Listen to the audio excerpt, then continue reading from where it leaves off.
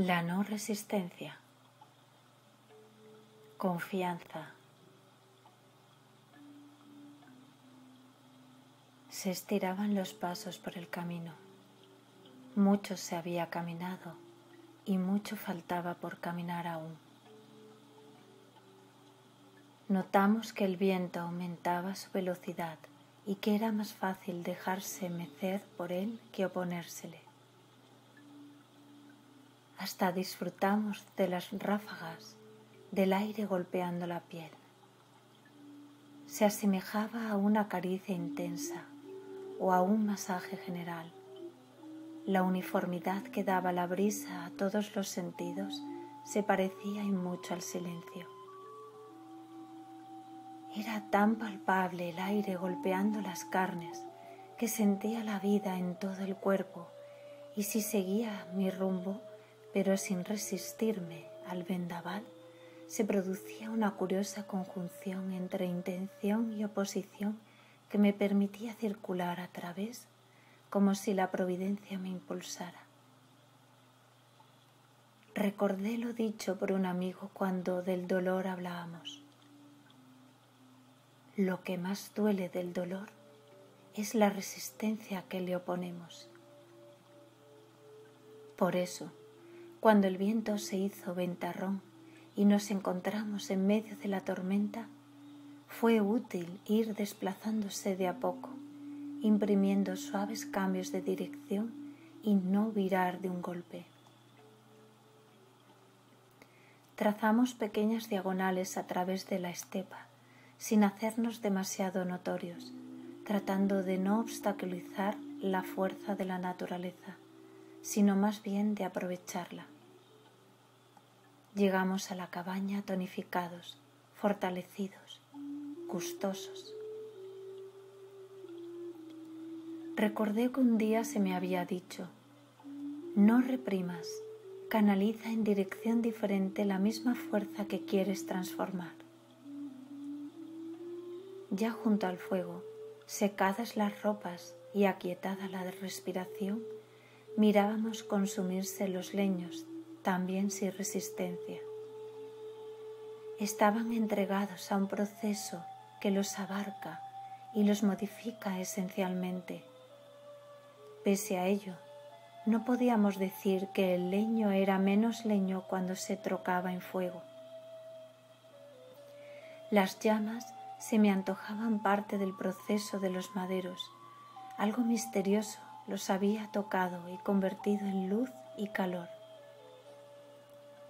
Evoqué también las ramas que segadas del árbol madre quedaban junto al camino y vi cómo, transfigurándose en sus elementos originales, servían de abono y eran materia para una nueva fertilidad. Iniciamos las preces de manera muy tranquila. El fuego iluminaba el icono que presidía la casa y el recogimiento de la atención en el corazón me sumió en un conocido regocijo. Respirando, inhalando y exhalando junto a la invocación, sentí como algo se quemaba en mí dando luz al alma entera. El fulgor le viene de un madero antiguo, ensangrentado, ardor intacto de un acto de amor divino.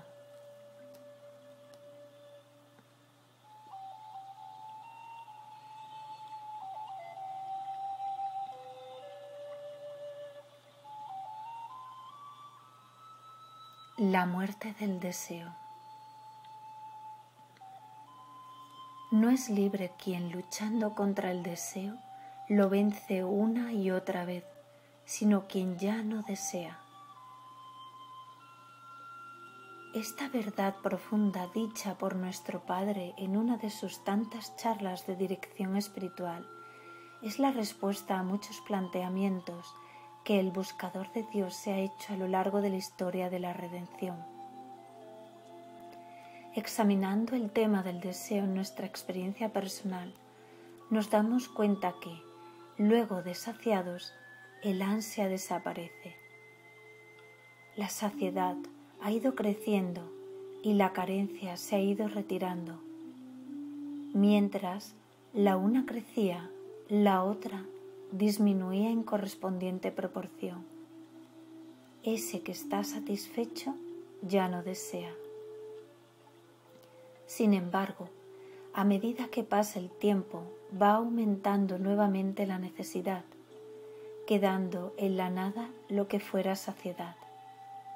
Se reinicia nuevamente el devenir vicioso, en el cual corremos apresurados tras un objeto deseado hasta que, habiendo encontrado, fugazmente saciados, descansamos. Pero el descanso es breve, porque la saciedad no es profunda ni integral. Es una completitud aparente.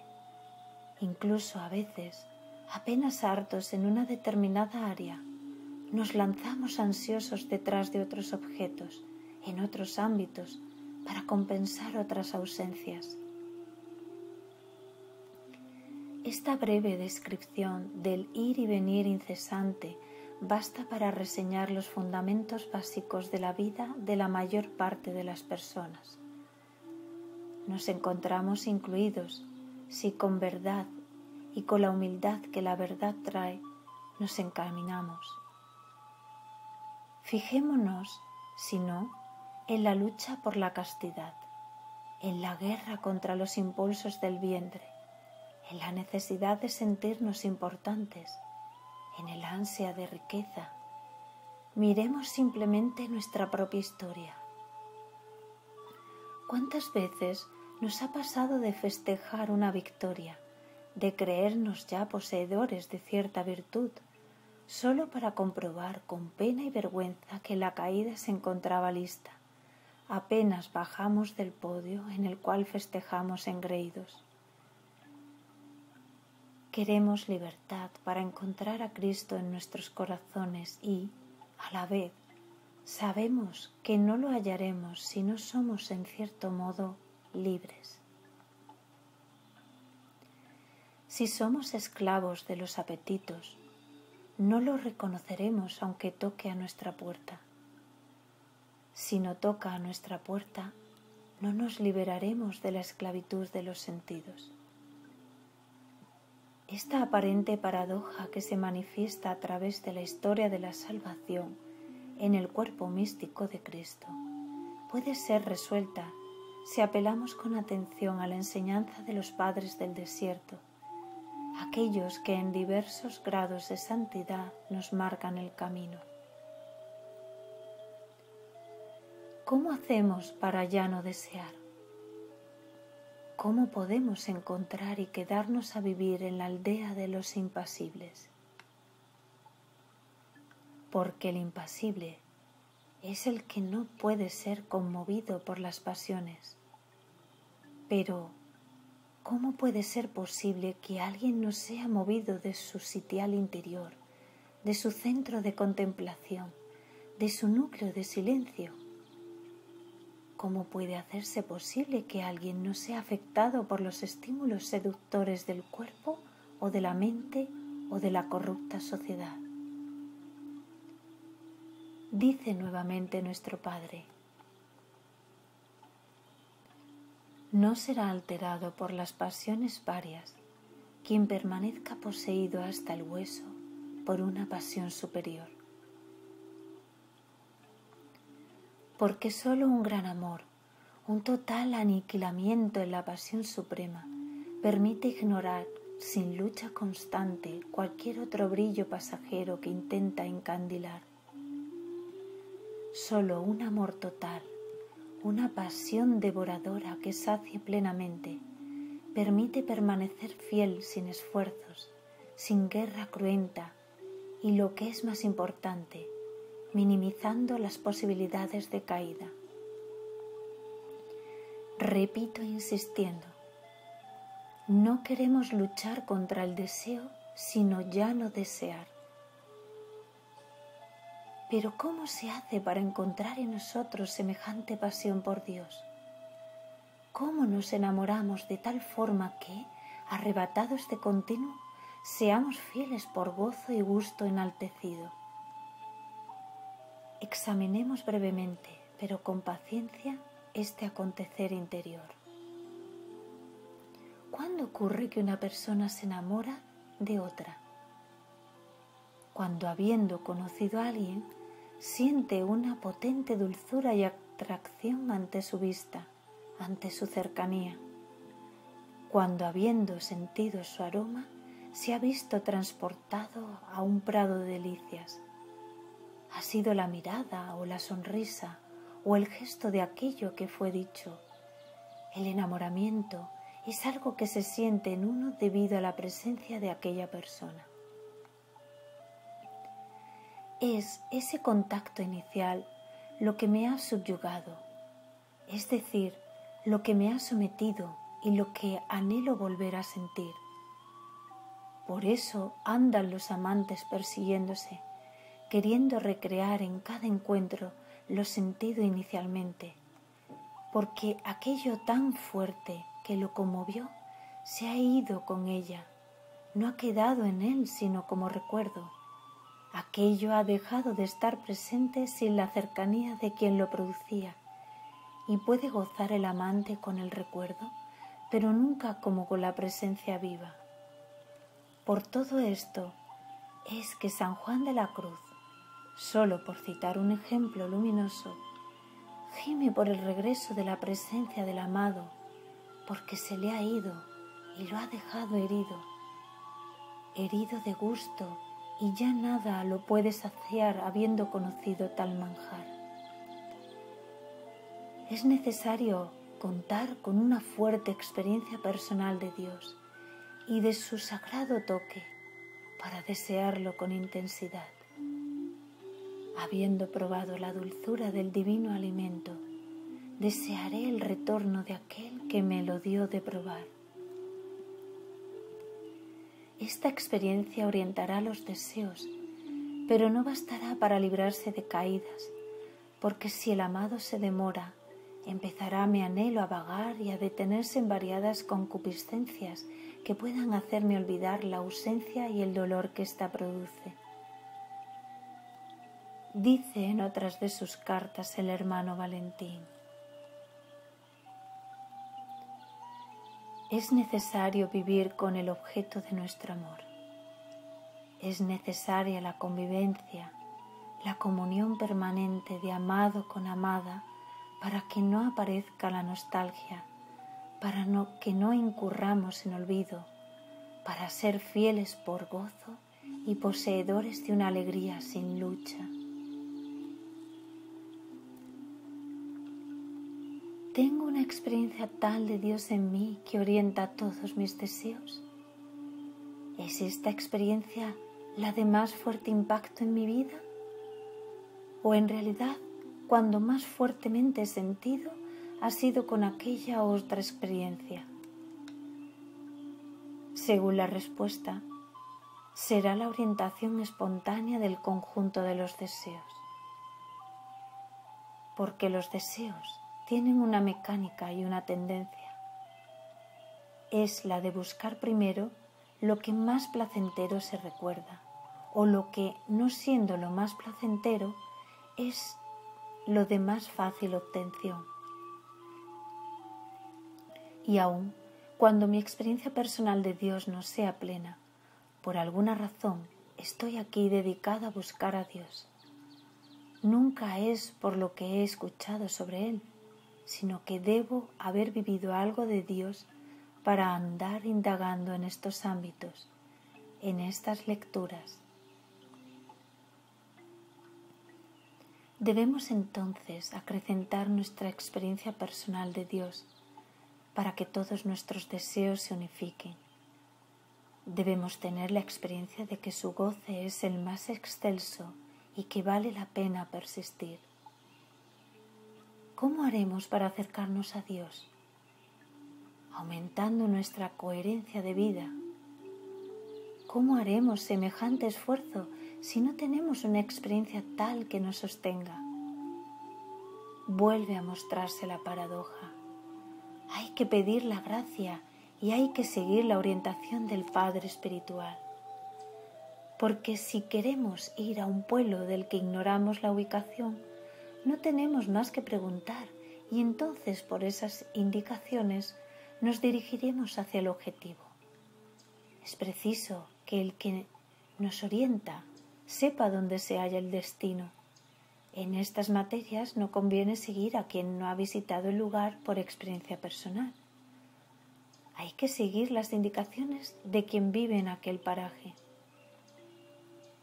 Hay que empezar por un acto de confianza, de fe, buscando incrementar la experiencia personal de Dios que nos ha traído hasta este punto. Debemos aumentar en gran forma la coherencia en la propia vida. Precisamos enderezar los caminos para que pueda manifestarse en nosotros la metanoia, la transformación profunda. Si queremos conocer al Señor íntimamente, debemos darnos cuenta de lo que pretendemos, de su importancia y ponernos a vivir acorde a ello. Y como carecemos de la experiencia suficiente, debemos seguir instrucciones de un Padre espiritual. Sea que estemos ya enamorados de Dios o que solo nos envuelva una fuerte atracción, debemos dar un salto, hacer un fuerte cambio de vida y de actitud. Debemos poner toda la fuerza personal que encontremos en nosotros mismos para colaborar con la gracia que rogamos. Porque si llegara a producirse, si llegáramos a sentir el soplo de su brisa, si fuéramos atentos y sintiéramos su toque delicado, tendríamos ya sobrados motivos para no desear sino el incremento de ese sagrado contacto. Cuando eso se ha vivido, uno deja de desear otra cosa, se ansía solo lo que vale la pena, lo que más dicha brinda. Y si fuera el caso de que nuestra cooperación con la gracia se hiciera decidida en extremo, si estuviéramos hablando de una santa obsesión, de una férrea determinación a vivir por Cristo, con Él y en Él, si pusiéramos todo en ello, habríamos llegado al punto del encuentro en el que huelga toda palabra posterior. El deseo solo muere con la saciedad completa y para siempre. Esto es Dios, nuestro Señor.